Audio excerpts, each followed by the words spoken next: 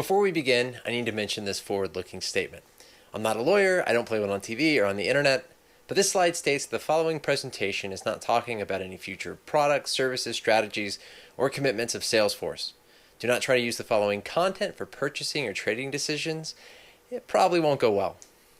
Thank you for tuning into our talk. I'm Spencer Cureton, and with me is Allan Stojanovic. We are on the abuse operations team at Heroku, where we keep users from doing bad things on, to, and from the platform. This talk focuses on abuse and how we hunt for it on Heroku. Heroku was purchased by Salesforce about 10 years ago. It's a platform as a service that offers an easy interface to quickly go from idea to online application without having to manage and configure the underlying infrastructure. So developers are free to focus on code and deploying it to the internet with very little effort. It supports multiple languages and provides features like scalability, backups, continuous integration, sane default configurations, and much, much more. And all you need is an email address to create an account. To give you an idea about the size of the platform, over 9 million apps have been created, over 2 million databases are managed, and the infrastructure handles billions of requests a day. And Heroku runs on Heroku. All right, so Heroku's a platform as a service, right? We run anyone's code on the internet as directed from unknown sources millions of times a day.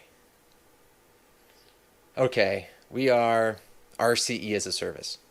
To be fair, the part of the platform we're talking about is referred to as the free tier, or the common runtime. Heroku has other offerings that are not like this, but we won't be talking about them today. Our focus will be on how we defend the common runtime from abusive bad actors. We define abuse as the unintended monetization of anything.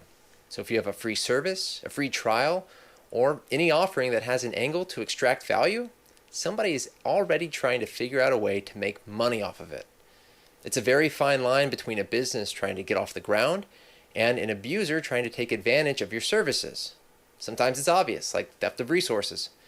Other times it's not so clear. For example, think about a social media poll. It's intended for honest input, but it's gameable because it's not one person, one vote. It's one account, one vote. So the person in control of the most accounts wins. The problem isn't new. The scams aren't new. But we see them leveraging more and more of the cloud. Now, is there a single view that captures the full picture of the entire operation? Across the industry, we may have that full picture, but not today. From our limited view, we've identified a number of puzzle pieces that we feel have been underreported. Now, on a more practical layer, we see a portion of that picture realized through misuse, malice, and crime on our platform. Legal documents like the Acceptable Use Policy, the AUP, provide a list of prohibited content and actions. So it's like the list of don'ts for users to follow. And it also serves as a set of guidelines for our team to uphold. Obviously, this can't cover every type of abuse activity. And even if it did, it could act like a laundry list for an abuser to know what kind of badness could be performed from the platform. So let's look at how we group violations of the AUP. There are unintentional violations, and there are intentional violations.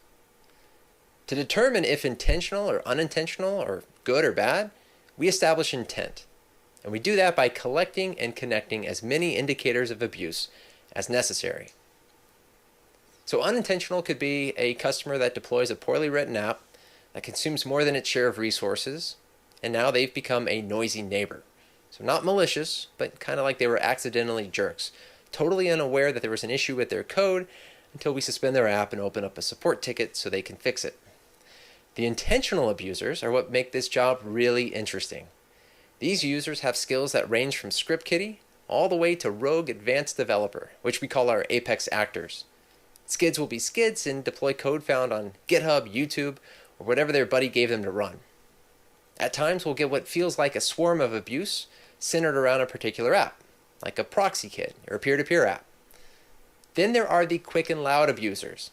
They could care less about being detected and will attempt to stand up a DDoS farm and attack a target as quickly as possible. The actors that are patient, skilled, and criminal are the more dangerous group. These actors attempt to iterate past our detection capabilities. They may try to social engineer support staff to gain insight into how they were detected after being suspended. and will try anything to maximize their use of our platform. Now, these users are not exploiting technical vulnerabilities within the platform itself. They take advantage of gaps in business logic. The majority are not too advanced, but are very persistent. So if you like to think about APT, small lowercase a and a big capital P. And again, financially motivated. Now, when we say persistent, we mean that after an account has been suspended, the same actor will use a different email address or a sub-inbox of the original email address to create a new account. We'll cover a couple campaigns during the show and tell section of the talk. So here's a fun one. How do we define ourselves? Where do we fit within the company? Well, maybe we can start by listing the things that we're not. We're not red team, but we learn a lot from them. We're not blue team, but we borrow from them. We're not purple team, but we talk to more groups across the organization. We're not CSERT, but we conduct investigations. We're not security, but we monitor for outbound attacks. We're not GRC, but we write up risks around business rules. We're not anti-fraud, but we use the same data. We're not service reliability, but we help keep the platform stable. We're not encompassed by any one of these groups, but we overlap in so many ways. We are abuse operations. We exist because the business understands that there is risk of having unwanted activity given an environment that's RCE as a service. Overall, we define abuse operations as a specialized DFIR team that requires a wide view across the business as shown.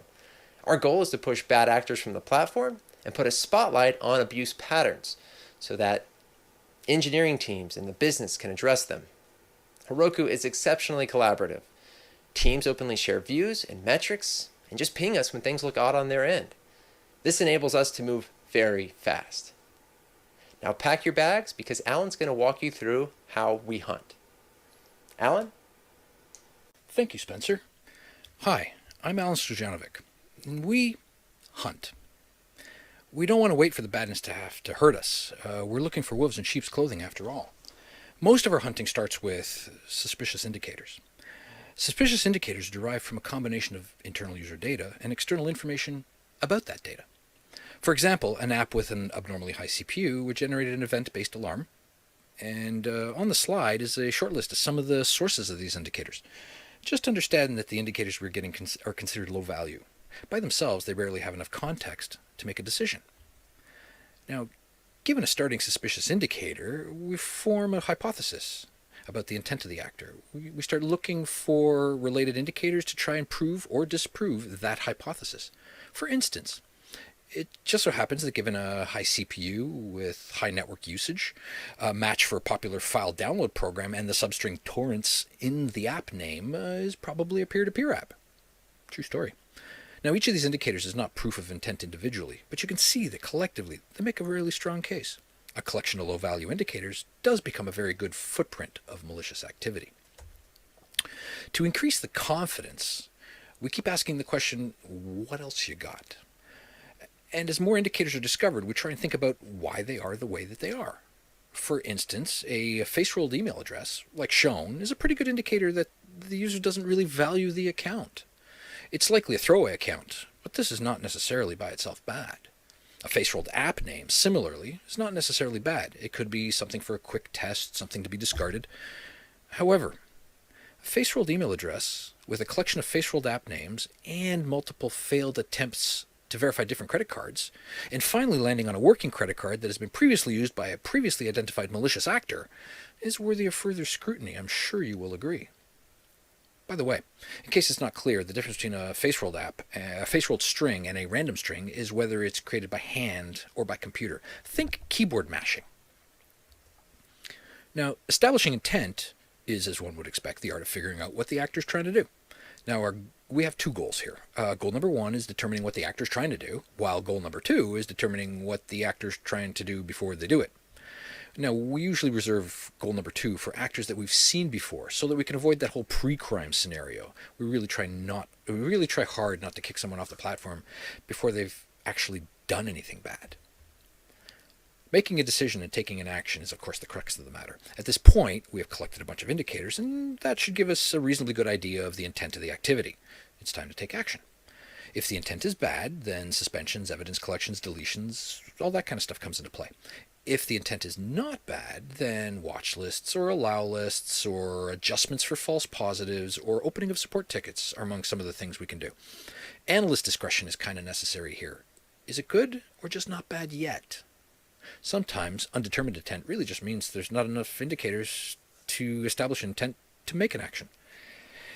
In which case, it goes back into the pool, no other actions to be taken, and it'll be reassessed when it percolates to the top again due to a new alert. Now we have a bunch of indicators. We have enough to establish intent. We've made our decision, and we've taken the corresponding action. Now we look to see how widespread this activity is. We gather all the accounts associated with the indicators we have, and we look for other common indicators that we may have missed. We then add those indicators to our collection and see if any accounts match that we may also have missed. This strengthens the footprint and makes it suitable for automation. Automation is how we reduce toil. We never want to see the same abuse again, so we automate the collection, detection, and actioning of the footprint, the one we just actioned. Our automation can also be set up to run the new footprint retroactively, so that older implementations of badness will also be detected and actioned as well. This cleans up any stragglers. We log the action that is taken so that we can use that information next time we run through the loop. This is how we get that "have we seen this before" question answered. There's, of course, trade-offs. Automation will result in some loss of visibility. The investigation performed in the previous step helps build robustness so that there's longevity in the automation of this action. Counterintuitively, taking this extra step helps reduce toil in the long run. Why do we use the term footprint? Simply because fingerprint or profile implies something a little too unique. A footprint as a collection of indicators helps us remember that an actor can be more than one person, can be a bot, can be multiple specialized actor groups, or some combination thereof. And then, of course, we do it all over again. Let's recap. Suspicious indicators come to us as high watermark alarms, abuse complaints, or as the result of artifact exploration, including previous historic events. We add context and more indicators from both internal and external sources so that we can increase the confidence when we're trying to establish intent, so that we can make a decision and take an action. We then investigate, often retroactively, to find more indicators that collectively are suitable for automation. And then we rinse and repeat. Let's talk about some tools. We have an event collector that acts like a classic SEM. It handles our alerting and reporting and can send info to other tools, as well as receive them. We have database query tools that can run queries automatically, and we also run them manually when we need to test hypotheses or, check to confirm that the results of automatic suspensions is still working properly. We have malware analysis tools that can scan apps statically or dynamically, and they send the results to other tools as well. We have a ticket system. Now, most places don't consider ticket systems as part of the tooling, but we do, if for no other reason than it is we need to be able to reduce the toil there as well. And we have our suspension tools that suspend users and apps. This encompasses a complex rule set that is implemented as guardrails so that we don't accidentally, suspend the entire world. We track two general types of activities: campaigns and prohibited software. Campaigns track actors and victims and custom software that they may have written. Prohibited software, on the other hand, looks for known malware, tracks C2 communications and similar artifacts, and known abusive software that anyone can install, including those with that deploy to Heroku button. Let's put that together. Any tool can talk to any other tool, even if it is the machine equivalent of "I see bad. Do you see bad?" Any tool can tell the suspension tools that a user or an app needs to be suspended. Suspension tools have their own allow and deny lists and internal business logic to help identify and stop mistakes before they become costly. And everything that these tools do is recorded. Now, this may sound complex, but this is what gets us the flexibility we need without taxing any singular system. Now, after the jump cut, we're going to continue with Section 5. Let's talk about responding and reacting. We align with the business. They have, of course, set the task and the priority, but it's up to us to be able to interpret them. The business wants us to remove abuse faster. Fair enough. But this means that we need faster and more accurate detection logic. The business also wants less abuse, or at least less costly abuse. Fine. But that requires us to study the actors and what they are doing and how they affect the platform and the business. Now, what the business really wants is they want the problem to just go away. Now, this does seem simplistic, but after giving it some thought, we realize that there actually is a path here. It's via platform hardening and demotivating actors. If we make the entire thing less hospitable to abuse, maybe we can get close. Now, we in abuse ops, we're selfish. We want all of this. The first two items in the list on that previous slide, they kind of have competing requirements. The first requires us to respond quicker, and the second to study the actor and their actions and hence respond slower. There are pros and cons to each of these strategies, the big ones being that quicker is usually easier but prone to false positives, while slower produces better situational awareness, but since the actor may still be active, it could be more damaging. We have found that it's sometimes worth switching back and forth depending on what we're seeing at that moment in time. And we've also found that going slow first does allow us to act quicker later with more accuracy. Now, moving quicker requires some visibility. Situational awareness not only requires visibility, but also requires studying the actors, and hence going slower.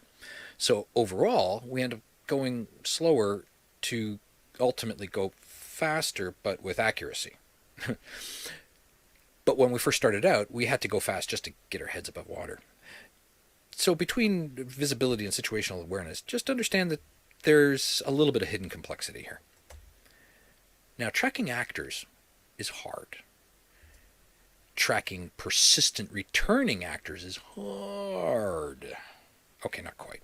But there does not seem to be a well-defined way to track actors by footprint as we defined it, and that gives us the flexibility that we desire. We want to know if an actor changes behavior. We want to know in an automatic way. And when they do, we want to be able to add the new indicator to the footprint in as few steps as possible. We want to be able to split and merge footprints as we track multiple actors, and we want this to be a tool, just like the rest. Remember the requirements back in the tool slides. No, we want a lot. Today, we track actors mostly manually, and this is a lot of toil. We are looking to build a system that enables us to spot returning actors that have changed a TTP, pivot, or spot when a footprint is covering multiple actors, like a splash, or, fingers crossed, spot an actor that returns and starts from scratch, retools. Let's look at those definitions. A pivot is what we call a change to a TTP of a returning actor, different from a pen tester pivot. If a footprint is a collection of indicators, then given enough of them, a partial match usually indicates a change in behavior by the same actor. Actors are people too. When they're suspended, they will test how by isolating for variables and making small changes one at a time until they get it working again. So a form of threshold detection, like shown, works really well as an accurate way to detect their return and still take some action. Then updating the footprint with the new indicators reflecting the change they just made keeps the footprint accurate. This is designed to make it difficult for a persistent actor to regain a foothold on the platform, and it frustrates the heck out of them, especially if we cut them off at each pivot and before they make a profit. Sometimes instead of seeing a singular pivot, we see multiple pivots, but with different partial footprints. We call this a splash. Ever slap a mud puddle? This seems to mean that there are multiple actors operating under the same set of TTPs. We have found great value in looking for how they are sharing their tactics. Are they reading all the same forums? Or are they using the same YouTube instructional videos? We find that the source, we find that if we find the source, that we can have even more fun. Imagine knowing what they're going to do before they've even implemented it, especially if it's a code change, and adding those as indicators to the footprint before the change is even deployed. Frustrates them as well. Now, shout out to our fantastic threat intel team. They help us find this stuff out there. When we have all the tooling in place, when pivot detection is working as designed, and when we manage to stop actors before they've even begun, then they have only two choices: go somewhere else or retool. When they retool, they change significant portions of their apps, their code, their infrastructure, and their behaviors. That makes them indistinguishable from a new actor. This used to bother us quite a bit, but then it occurred to us, so what? The only reason that we could think of that we needed to tie two actors together was for law enforcement purposes anyway, so that we could collect more evidence. But this doesn't apply to all the actors and is actually kind of rare. So retooled actors end up being identified as new actors just by the nature of how our hunt works. And because we're pretty thorough in our indicator collection, sometimes we find evidence that the new actor is in fact the returning actor retooled after all. Actor reactions are fun. Some actors outright call us names. Others open tickets and try to social engineer support to get their loot or their infrastructure back. Others, maybe seeing the writing on the wall, realize they've squeezed out what they can and go about convincing others to run their kits, sometimes for pay. Look what I did. You can do it too. It's like they have found their own replacement for that actor's footprint. That last business category, though, wanting the problem to go away, it can be achieved by devaluing loot. If we devalue the actor's loot by making it worthless after the fact, like reporting stolen credentials to get them reset, or making it not worth the effort by limiting CPU usage so that an actor can't crypto mine anything of value, then it's more likely they won't return. Now, we have done this, but so far with mixed success. Now, this is where hardening platform comes into play. Since we're already studying how the actors act and how the platform reacts, we recommend fixes to make the platform less hospitable to abuse. We push left, to use the classic. Find me later, and I'll tell you a fun story from a previous job about devaluing a fisher's loot. On top of devaluation of loot, of killing off ROI, there's an even wider goal of demotivation. If we really want to keep the actor away, we should work towards making it so that they don't want to come back. All of the things we've talked about adds friction to abusive actions, the monetization of free. And since our ultimate goals are to make abuse less valuable and less desirable without affecting legit customers, we need to break the spirits of the bad actors. Break spirits, not code. Now, these last two sections, they contain a lot of information. There's a lot of notes in the slides, and when the slides become available, feel free to download them and read them. I hope that there's things in these two sections that resonate with you and maybe help you define what you want or need to do. But enough of all this philosophy. Let's go back to Spencer for a little bit of show and tell. Thanks, Allan. Let's look at a couple campaigns that have touched our hearts. And well, we'd like to think we've touched theirs too. The first actor is a huge fan of decentralized currency, loves blockchains, and hates electric bills. They first appeared on our radar by spinning up 100 apps per user account, across multiple accounts, all from free email providers. So a user account is limited to running 5 apps until they verify their account by adding a payment method, like a credit card. After that, 100 apps is the new max. So new accounts immediately adding a payment method and spinning up 100 apps, that's not normal. I'm not exposing any detection logic here or giving anything away. Normal users don't do that. That activity gets on our radar really quickly. And to top things off, fraudulent credit cards were used to verify each account. And all 100 apps were identical. So we inspected one of the apps and saw that they were running a Tor hidden service accessible through SSH. Here's a screenshot of the script that would run once their app was deployed. We suspended the accounts, and very soon the actor was back, and the cat and mouse began. Now, one clear sign that it's on with a bad actor is when they start getting cute with their app names. Obviously, this is the G-rated end of the spectrum. After a short while, the code changed, and we saw what they were really after, mining Monero. The apps were mining with libxmr and sending all traffic through Tor.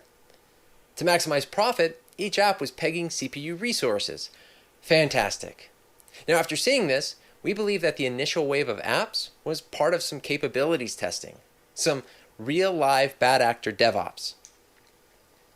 We suspended the accounts and the actor would pivot, each time trying to minimize their footprint to avoid detection, right?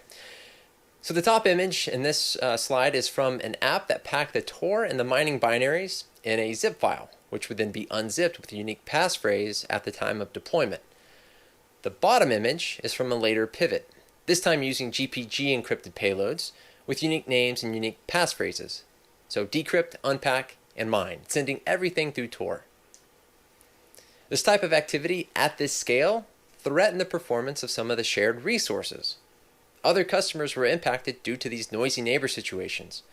We had to stay on top of this actor, but they were automating their operations and getting faster, mostly during our off hours. So playing never-ending whack-a-mole like this was unsustainable, and it was a path toward team burnout. So we took a step back, and we looked at all of the data provided by this actor as they used the platform. We were able to identify 5 unique indicators to form a TTP footprint. This included indicators observed before code was even deployed, like at the point of sign-up, if they came from a Tor exit node, from a particular free email provider and used an email address that matched a naming pattern.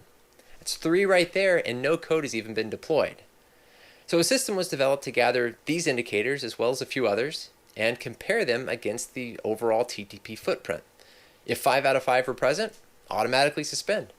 If 3 or 4 out of 5, it was likely a pivot and would be manually reviewed to see if the footprint needed to be updated. This worked extremely well. We were now able to detect the actor early in their campaign. And soon after this, we stopped seeing them for a while. They did return a few times with totally different kits, but we were on top of them right away and impacted their success mining. Now, an important note here. From the more recent attempts, the apps checked to see what kind of an environment they were on. Specifically, it looked to see if GPUs were available for mining. That's not our platform. This kit appeared to be tooled for multiple platforms, so they may be someone else's problem now. Something to consider. Let's look at another persistent actor. Hopefully it's clear that fighting phishing campaigns is a challenge on a platform like Heroku. Phishing infrastructure gets reported to us either directly by wonderful people on the internet or through third-party services we subscribe to. The infrastructure may be landing pages, or just back-end functionality, or artifacts that point toward a full kit that includes message distribution.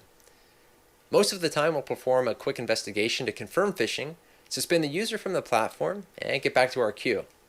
However, if the same phish gets identified again, the actor will be tracked as a campaign, like Allan mentioned earlier.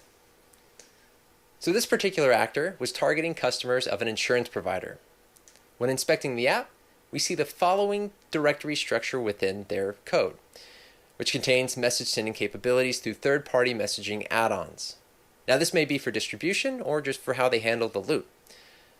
We suspended the accounts and hunted for more, and found an entirely different app used in the same campaign. This time it was a JavaScript React app, which had some added functionality, like now they were after credit card information as well as credentials. So this image shows the collection of credit card number, expiration date, and CVV in French. We developed a TTP footprint for this actor and continued to update the rules to apply friction. They were very persistent and continued to pivot. This one pivot started using a search engine add-on to handle loot from their campaign, as well as still having the option to mail it out. Here's a look at information that they were after. We also noticed that they were distributing their efforts across a few other service providers. The next big shift was another kit, although it does not appear to have been created by this actor, but used in the same campaign. The root of that app looks like this, with some very obvious indicators that stand out, right? Droven 003, antibots, and in the index.js file, they really didn't try to hide what they were doing. As the cat and mouse continued, we noticed that this actor was further spreading out across other service providers. The front end would be on one, the back end on ours, and distribution would be on another. We want to break this bad actor's spirit, not help them improve their coding skills as we go back and forth. Typically, being in proximity to sensitive information, like what this campaign was gathering, is like playing hot potato with toxic waste. Unless you're the bad actor, then it has value. But it's only valuable if the information's valid. So considering this, we did our best to get that information into the appropriate hands so that passwords, payment information could all be reset and nullified. Strip the value out of it. Also, we found ways to notify the other service providers that were used in this campaign. This put even more pressure on the actor. These two things disrupted their operations enough that it appears to have pushed them from our platform. But now they're someone else's problem. I wish we had time to share more, but for now, consider these cases as we go into the lessons learned section. So during my time working on the abuse operations team, we've gone from being underwater to treading to surfacing high enough to see land and set direction. We'll still get hit by some big waves now and then, but we've learned some lessons that have helped us stay afloat. We've identified 3 guiding philosophies for our team. The first, relentless incrementalism. Break complex problems into manageable tasks so that each is a step toward the final solution. Move fast and fix things. So think agile framework, right? Then non-repetition. We never want to see the same abuse pattern twice. Nobody wants to be a button-pushing drone. This keeps the job interesting. Although, as you may imagine, this is much easier said than done. And this is the closest we get to prevention. And third, hyperautomation. Every click counts toward toil. Having tools that talk to tools, including the ticketing system, enables hyperautomation and reduces toil without losing accuracy. Automation can be quickly putting the right information in front of an analyst. The idea is to create more than just detection rules, but imagine entire detection chains. Know the business you are serving. It's said a lot, but we're not here for the sake of technology or security or playing whack-a-mole, even though it's a lot of fun. We are here to serve the business. So learning about the different teams across the organization, their data, their language, what kind of alerts they have enabled, what keeps them up at night. As we understand the priorities of other teams, we can help remove some of their pain points caused by abuse. It gives us increased situational awareness, and that in turn allows us to spot abuse much earlier. This helps all of us succeed. Most importantly, though, our collaboration provides a channel to let the right people know about the gaps in business logic.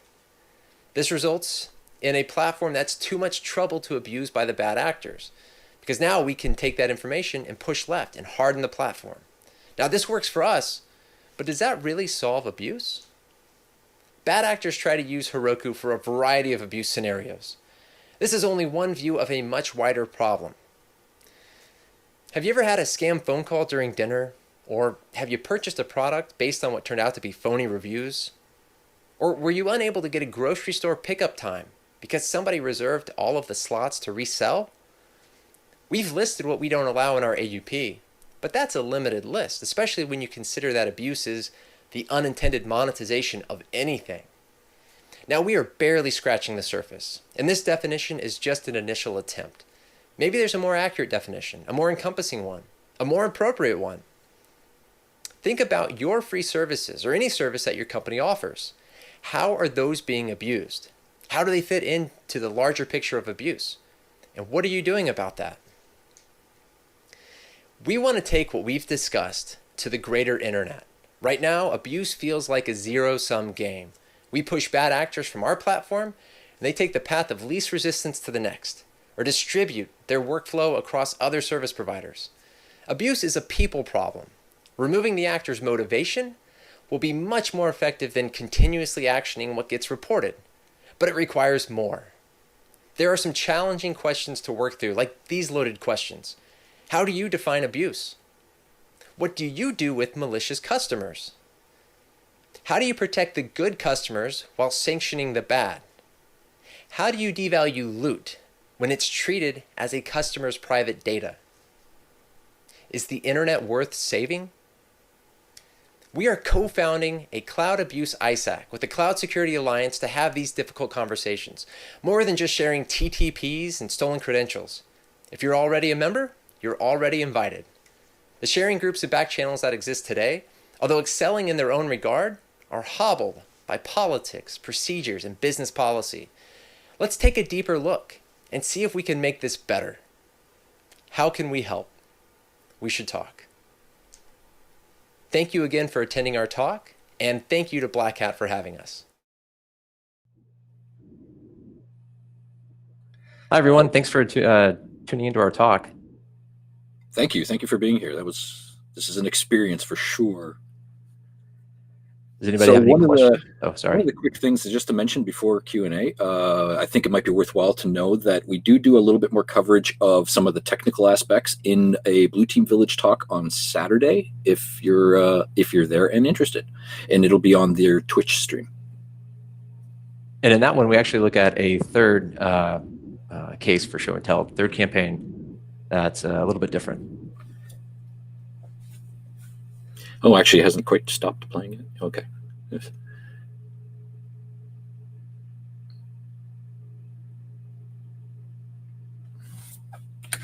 Yes. Now let's see if there's any questions.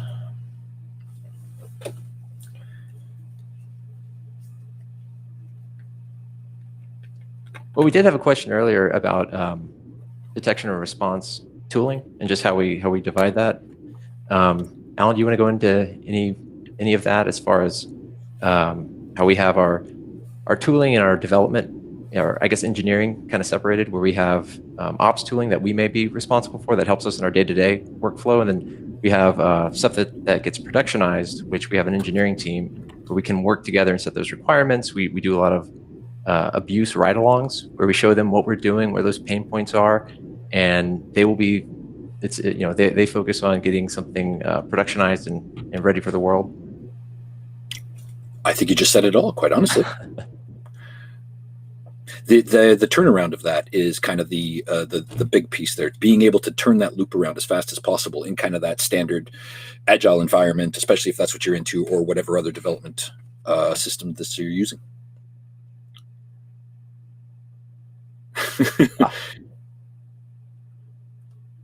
You see Jamie's question? Did you see Trey's? No. Yeah.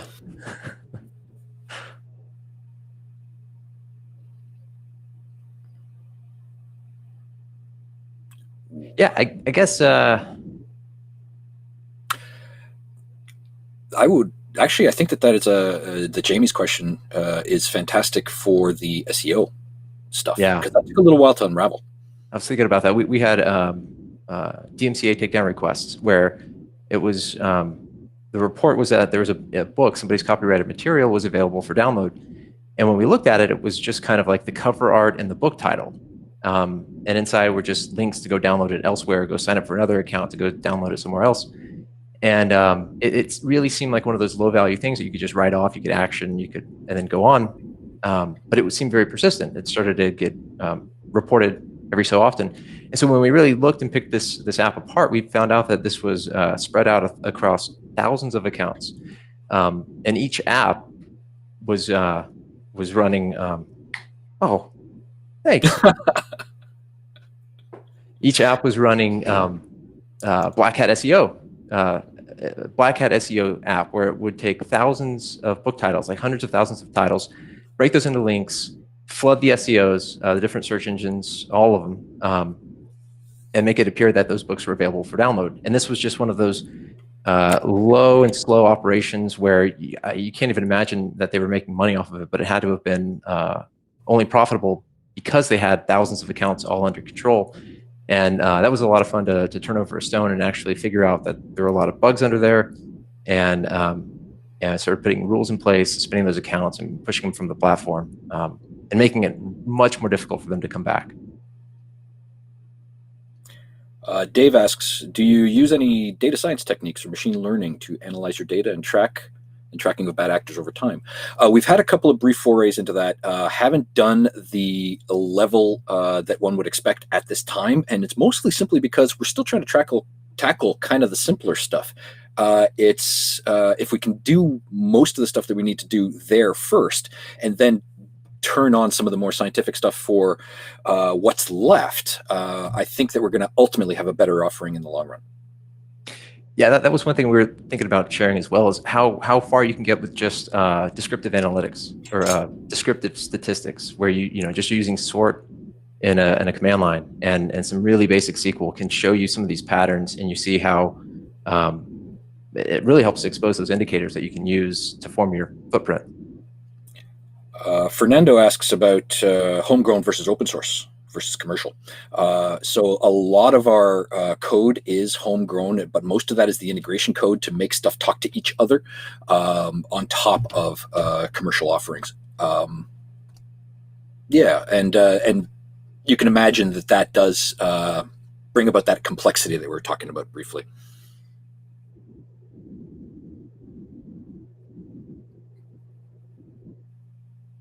Let's see. Got a question from Jason about how the organization was born, and that's funny because it's not really clear exactly how it was born. I think it was definitely more of it was security that was tied to Heroku itself, and as the company grew and as Salesforce grew, and you'd have reorgs and shifts of focus. It was funny to kind of try to find a home for ourselves because we don't really fit. It's like Allan has said a lot, is abuse is kind of like in the twilight zone of information security. It doesn't really fit in one particular place. And you look at other companies, and they'll have abuse as a function of fraud, because if you offer a lot of times fraud will be an enabler to abuse.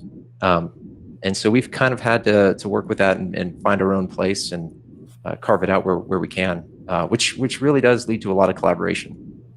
Actually, before we run out, oh darn, I'm going to answer in chat, Thomas. Thank you for your time. Thank you for coming. Thanks, everybody.